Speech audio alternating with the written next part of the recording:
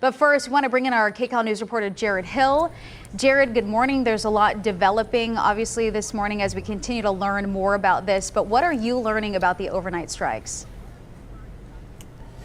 So there are a couple things, Chris and Kalina. One is that German officials overnight said that the Israelis told them the decision to strike Iran came at the last minute. Meanwhile, this morning, we are learning that Netanyahu is expected to speak with President Trump as tensions have been simmering over Iran's advancing nuclear program.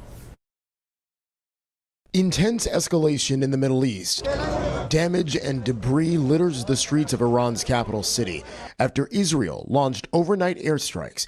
Prime Minister Benjamin Netanyahu said it was a preemptive attack focused on Iranian nuclear facilities. Targeted military operation to roll back the Iranian threat to Israel's very survival. International watchdogs say Iran has increased its stockpiles of highly enriched uranium in recent years, which the country says is for civilian use, like nuclear energy. But a spokesperson for the Israeli military overnight said Iran is secretly building a nuclear weapons program. The Iranian regime has called for the destruction of the state of Israel, planning and advancing concrete military plans to do so. Following the news, the White House said the Israeli strikes were unilateral without any American involvement. But Iran's foreign minister said the attacks couldn't have happened without the coordination and approval of the United States. Earlier this week, the U.S. began suggesting non-essential staff and their families evacuate nearby Iraq due to heightened security risks, amid word Israel was ready to launch an operation in Iran. We have a lot of American people in this area, and I said, we got to tell them to get out because something could happen soon. And I don't want to be the one that didn't give any warning. The overnight attack calling into question the future of planned U.S. talks with Iran about its nuclear program.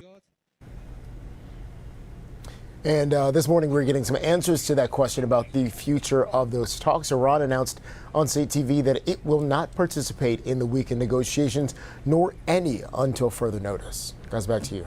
Yeah, and talking about Iran, they had some pretty strong words about how they're responding to this. There's also, fears of a widening conflict. Explain a little bit more about, what Iran is saying about all this, because they're talking about potential war. Yeah, so what we are seeing from Iran is a couple of things. One, they told the UN Security Council, and I'm reading this right now, just came in not too long ago, that they will respond decisively and proportionately to Israel's what they call unlawful cowardly acts.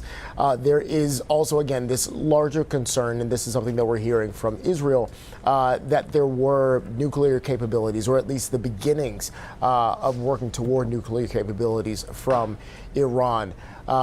As you mentioned, President Trump is saying that he would like to see Iran agree to some sort of deal to wind down its nuclear efforts, its nuclear program. We'll have to see if the two sides can come to the table, though. Back to you. All right, Jared, thank you for walking us through all of that. There's so much to dive into. Now you can get your KCAL news, weather, and live stream all in one place on the CBS News app. Download it free today.